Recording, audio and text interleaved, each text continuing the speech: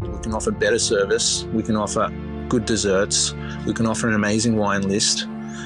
We can use incredible produce, and that's sort of like the elements we thought of when opening Mr. Wong. What are most Chinese restaurants missing? We wanted to create the whole package, basically. This is the Deep in the Weeds podcast. I'm Anthony Huckstep. Rules were meant to be broken. It's something we've seen throughout the culinary landscape, sometimes with complete disaster, other times taking diners to new, exciting heights. But breaking the rules successfully requires a firm understanding of the rules, of the foundations and backbone of cookery. Dan Hong is the executive chef of Mr. Wong, Miss G's, Sushi E, and Queen Chow in both Enmore and Manly. Dan, how you going? Hey, mate. How's it going? Yeah, good. I'm good. How are you? Awesome. It's good to catch up. You've been a bit of a rule breaker throughout your culinary career. Were you always a rule breaker in life? Yeah, pretty much. I mean, look, I wasn't the best kid, best son in the family. I was always basically the bad kid, sort of. In school, just, my parents sent me to private school and I hated it, and, I didn't do well. I didn't study at all. I wasted my parents' money. So, yeah, I mean, I just hated studying. Like, I hated going to school. Like, the only thing I liked about school was my mates. And I guess that's why I got into, something like hospitality, because I didn't want to study at all. The thought of university, was just no way, because I'd hate doing assignments and anything, projects, anything like that, so I promised myself, if I ever finish school, I never want to do an assignment ever again, basically. Is that what drew you to a career in hospitality? Well, I mean, it wasn't for one, I couldn't even get into university because I got 48 in my HSC. But, obviously I grew up in restaurants. My mum owned, at the time, she owned 3 Vietnamese restaurants 2 in Cabramatta and 1 in Newtown. And I grew up sort of working, in the restaurant when I finished school, sort of for 6 months. As a dishwasher and waiter and stuff, and it was my mum who suggested I become a chef, because there was no other option, you know what I mean? Because she wasn't gonna give me pocket money because I finished school, and she noticed that because I had to cook for the family a lot, for dinner, because my mum was always working. She worked bloody 100 hours a day. She would leave in the morning, she'd drop the kids off at school, or me and my sisters, then leave in the morning after to go to Cabramatta to do lunch service there because it was really busy, and then go straight to Newtown and do dinner service there. So I would have to cook a lot for my family, my sisters and my dad, because my dad couldn't cook. And I used to watch a lot of cooking shows, Jamie Oliver was huge for me, when he first came out. And so I always was interested in cooking, and that's when my mum suggested I become a chef. What was your cooking like back then? Were you breaking the rules then? Yeah, I mean, look, when you're at home, you always look in the pantry to see, because you don't know how flavors work. So if you have a piece of meat at home, like a steak, whatever, you always look in the pantry to see, what can I marinate this steak in, or what can I just, whatever's in the pantry, you'd use bloody dried herbs and this and that, and, some Worcester sauce, and you think that adding 20 different ingredients to your meat and your marinade would make it taste better, But yeah. Well, your influence on the culinary landscape is phenomenal, and we can get into everything you've done since joining the Merivale Group. But the people that you train under are some of the most important chefs in Australia's history. Tell us about the early days when you were doing your apprenticeship and working with Martin Boats. Oh, I mean, look, it was pretty awesome. You know, thanks to my mum for hooking me up with a job under Martin Boats at Longrain back in 2001, and that was sort of, you know, I didn't really have a passion for cooking or anything. Like, I was never the one to be like, I want to be a chef when I grow up. So my passion for cooking really developed when I, you know, started working as a first year apprentice at Longrain, and they made me for the first 6 months, I literally just made curry paste every single day. So I made about 8 to 9 maybe curry paste a day, red, green, jungle, like all yellow curry, chili jam. I deep fried about 6 kilos of echalotts every day. Like, it was nuts. I had to put like the fruit and veg away every morning when it came in, and you know, I was taught a lot by the guys who were working there, especially about you know, with Thai food, it's more about training your palate, you know, to really grasp that sort of balance between sweet, salty, sour, hot, and all that. And that's sort of what I really appreciated. You know, being a first year, to learn that type of stuff, in terms of, you know, there is no recipe, you know, you just add enough sugar, enough salt to create that balance. And that's really, really what I got from working at Longrain as a first year apprentice. You moved on to one of Australia's most successful restaurants, which is very different to Longrain, and you were part of an incredible alumni of chefs to work at Tetsuyas and go on to do amazing things. What was it like joining that kitchen? Well, it was funny because I before Tetsuyas, I worked at Mark for like a year and a half, and I thought I was pretty damn good at fine dining, right? You know, like, it was sort of like, you know, Mark was one of my main mentors, and then going on to Tetsuyas, it was a totally different game, because it was just like there was a multiple number of chefs, and you were only allowed to do a certain job or a certain section or a certain dish, where sort of was just like everything just had to be absolutely perfect. And then, you know, for the first 2 weeks, you're just annoyed because you're trying to do everything right, but everything's just wrong.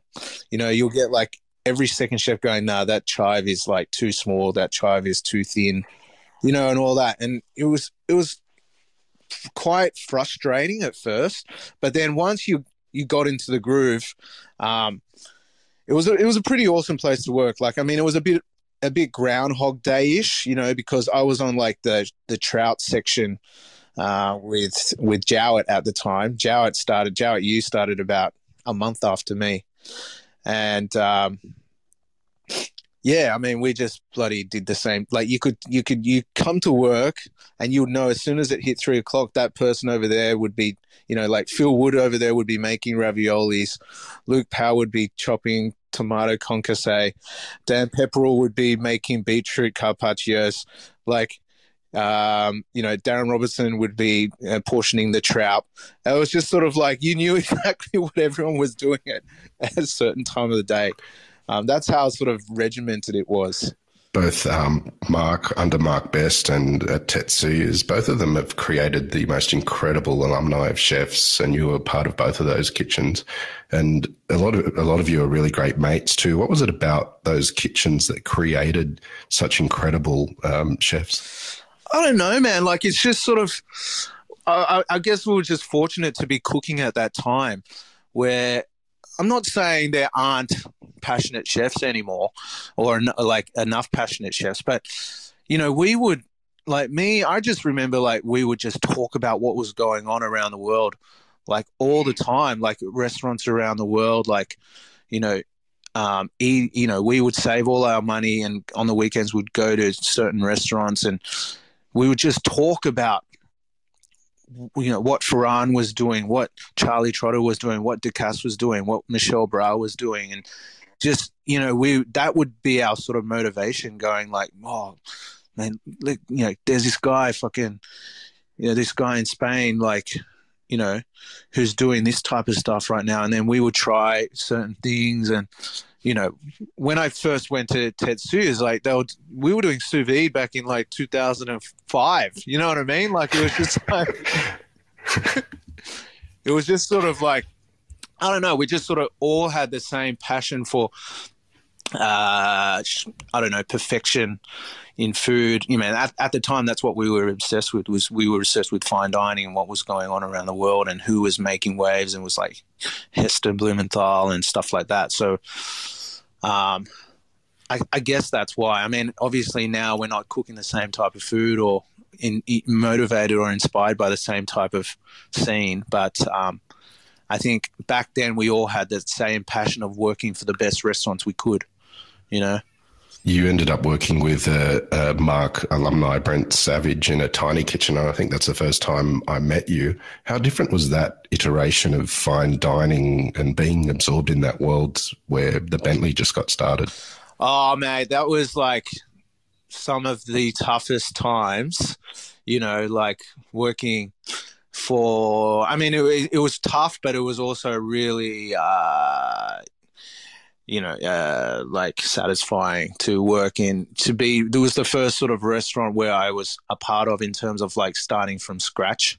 And, I was always forever grateful to Brent, because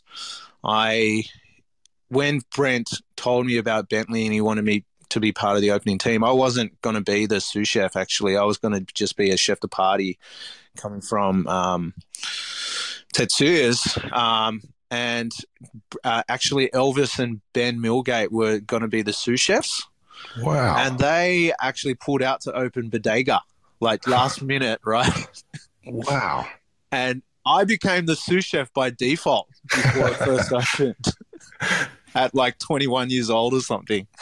But it was sort of, it was really a real learning process for me, being the first sort of senior position as a chef, and really, really obviously I didn't want to let Brent down with his first venture on his own as well with Nick Hildebrand. So it was really cool just being a part of that.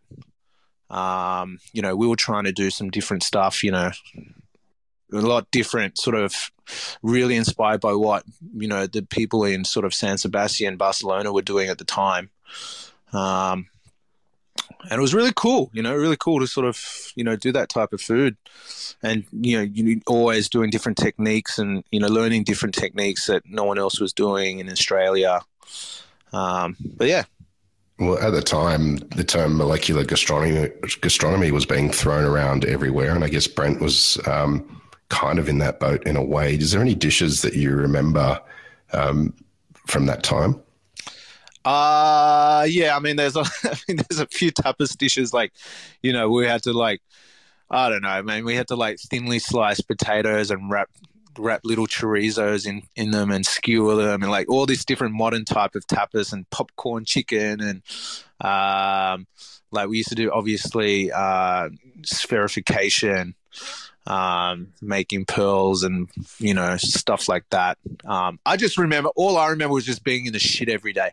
Basically, we could never just, we were always chasing our own tails, because there was just so much prep, and then we'd wait for suppliers to come in, and we think we'd be ready, and then 2 boxes of baby artichokes would come in, and we'd have to prep them before dinner time, and it was tough. It was tough, but extremely gratifying. Like it was really, really cool.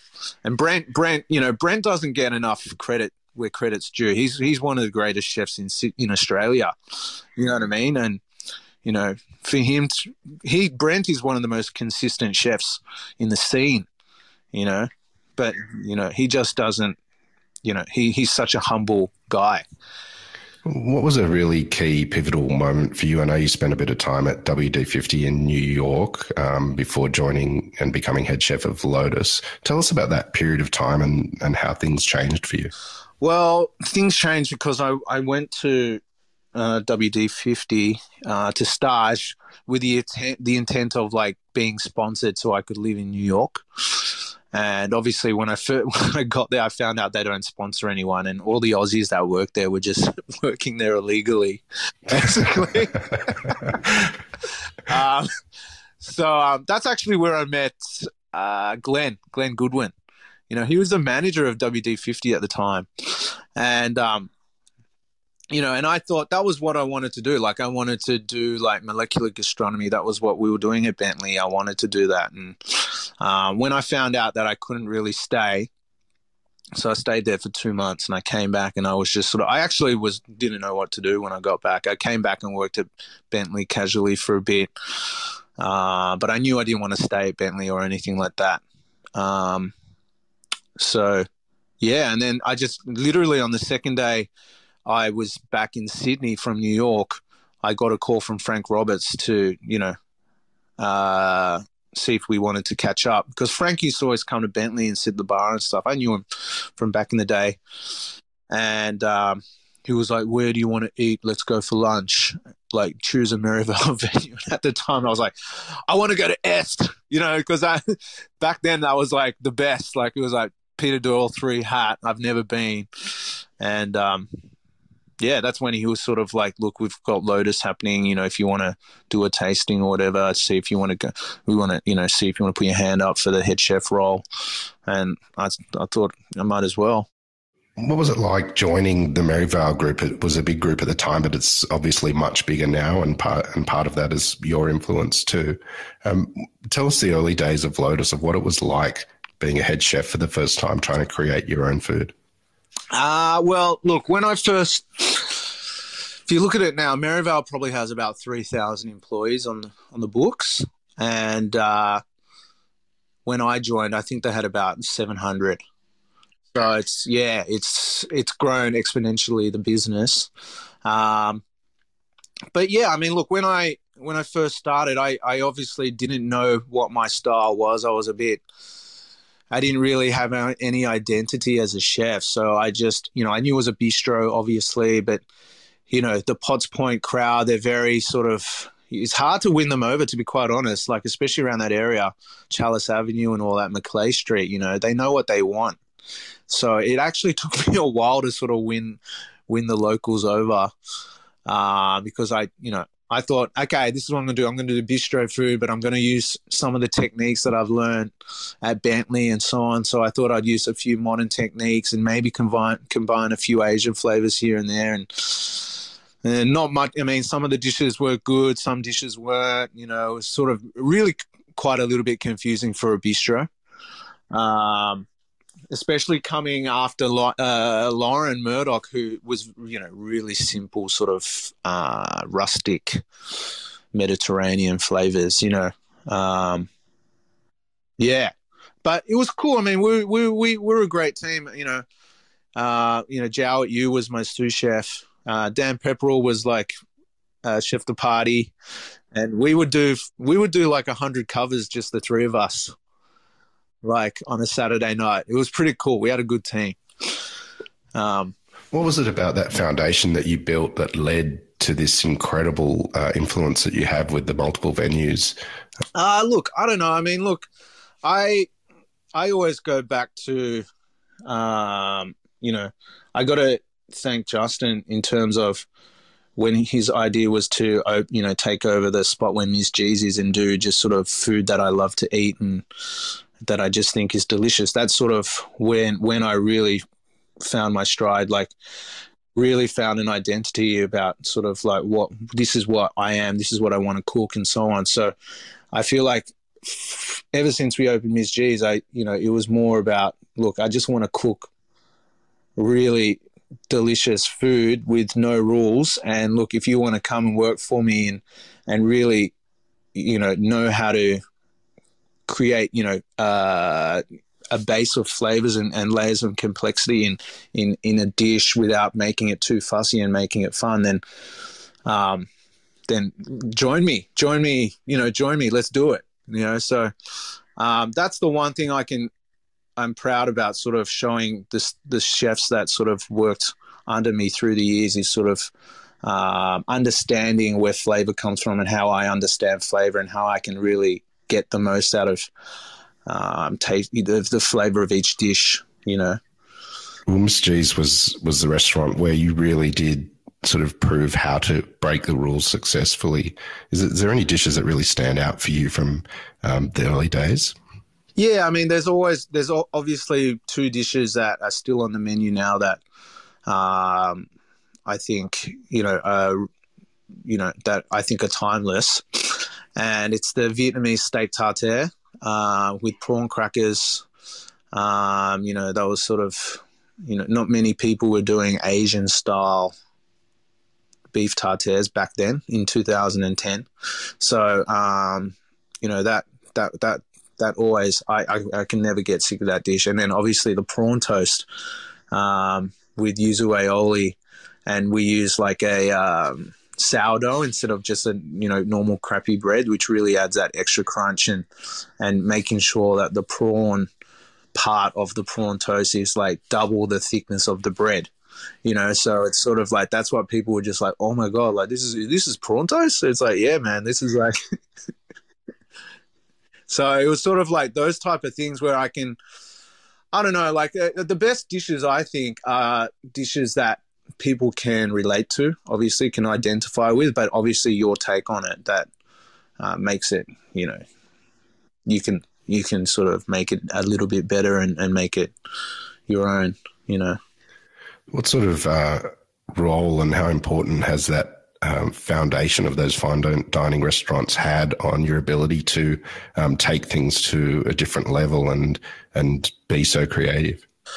Look, it's pretty huge. I mean, as head chefs or as an exec chef or whatever, even if you don't run a fancy restaurant or a fine dining restaurant, you want a chef. If you're looking for chefs to work for your brigades or whatever, if they have that 1 or 2 years of fine dining training, it's just such an advantage. Like, I don't know what it is. It's just sort of like the way you were trained in terms of discipline, the way you think about food, the way your behavior within the kitchen, how clean you work. That sort of training is almost vital. Even if you don't want to be a fine dining chef later on, that if you did that one piece of advice to any chef, I would say is do those 2 years of fine dining before you like become a head chef, because that training is just like, it's so vital for you to become such a great chef. In terms of the technique and just the way you think about food, because after you get that training, because the fine dining training, there's no questions. Like, it's like, why can't you do this? Well, this is how we do things, Okay, so you don't question it. But then once you've done that training, and then once you go out into your own, then you can question everything, because you know how it's done, right? How it's been done for the past 20, 30 years. And now you can question it and actually change the technique or change certain flavors, because you have that base of understanding the technique, whether it be a technique of a dish, or the skills of how to make that dish, or the flavors of that dish. If you know what I mean. Do you know what I mean? Do you understand what I'm trying to say? Like, yeah, absolutely. Well, Cantonese cuisine is one of the real heartbeats of Australian food. Tell us about the period of time with the decision to create Mr. Wong. There's amazing institutions like Golden Century or Flower Drum. Was it a challenge at the time, and were you nervous about delivering such a big offering like that? Of course I was nervous, man. Like, it was just sort of, I never had the training in Chinese cooking, obviously, but me and Chow, we loved eating Chinese food. Obviously, Chow's Taiwanese, I'm Vietnamese, and we always used to go to, on our days off, we'd go to Chinatown Haymarket, we'd go to, suburban places like to eat regional Chinese food everywhere. We would just go looking, like, where can we eat? What's new? What's different? So we especially because we've been cooking for that long by then, 10 years, we have a basic understanding on how to cook Chinese food and how Cantonese flavors work. But fuck yeah, it was daunting big time, because when Justin, you got to give credit to Justin when he was like, look, I want to knock down Tank and I want you to run a Chinese restaurant there. And I was just thought about how large Tank was. And I was like, oh my God, that's like fucking like 300 people or whatever. And, that even scared the shit out of me, doing 300 covers a day. And now we're doing, obviously we've been doing 1,000 covers a day stuff. It's normal. It's like a well-oiled machine now. But back then it took a while to learn how to get to the point now. It took, a lot. But look, it's one of the most, it's crazy. It's crazy to think, that Mr. Wong now is such a well-oiled machine. It's almost like a Sydney icon now. It's almost 10 years old. But the inspiration was Golden Century, because the inspiration was, okay, how can we, I'm not saying Golden Century is bad, but because Golden Century is like my favorite restaurant, but it's what does Golden Century not have that we can do? Because we can't match the food, like in terms of the food's amazing at Golden Century, but what can we offer a good Chinese restaurant? We can offer better service. We can offer good desserts. We can offer an amazing wine list. We can use incredible produce. And that's sort of like the elements we thought of when opening Mr. Wong. What are most Chinese restaurants missing? What elements of Chinese restaurants that are missing?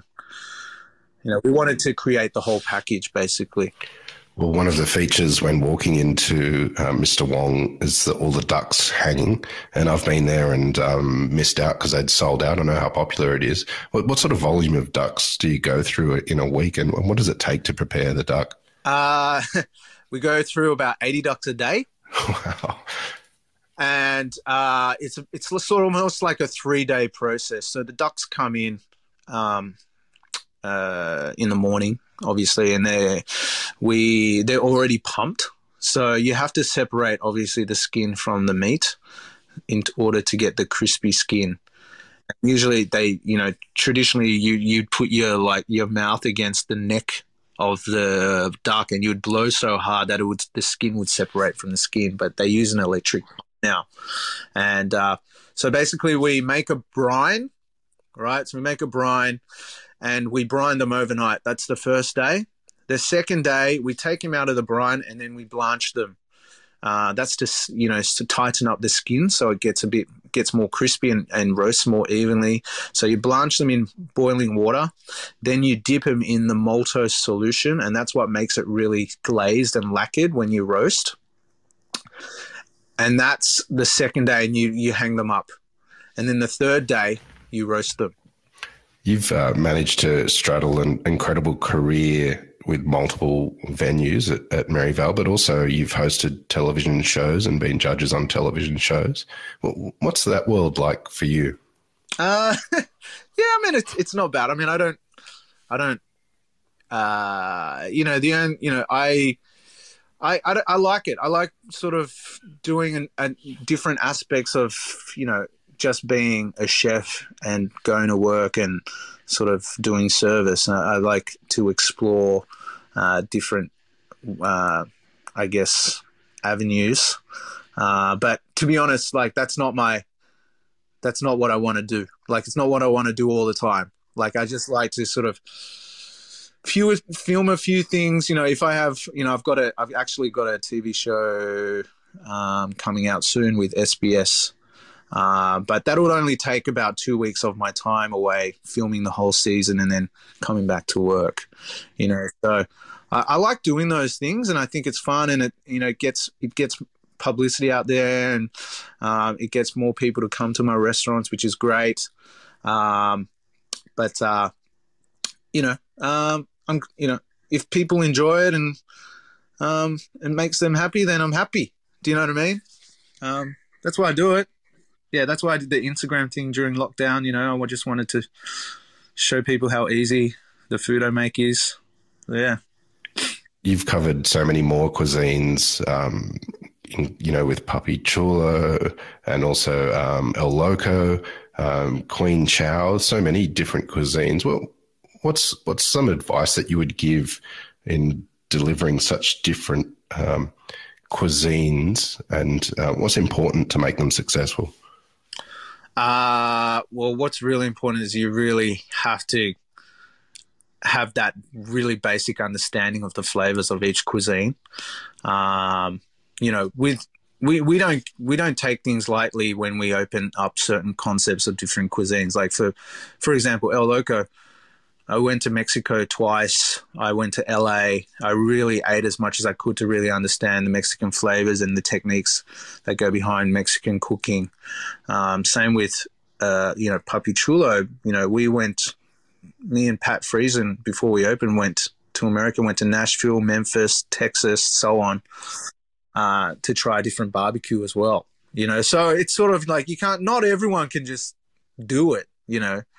I just feel like you need to have a basic understanding of the flavors and the techniques before you want to do something like that. Because I wouldn't be comfortable doing something, like I wouldn't do it if I wasn't comfortable doing it, you know. You've been a part of the direction of the culinary landscape in Australia for the last decade or more. How do you see Australian cuisine and where it's going? I think it's great where it's going now. You know, we're not saying there's no room for fine dining, but it's sort of, I think what makes Australia great is those, you know, I think people are starting to just eat what they want to eat, if you know what I mean. It's sort of, before it was sort of dictated by the trends, and sort of, this is, you know, we go to a restaurant and the chef just cooks us, you know, what he thinks is good.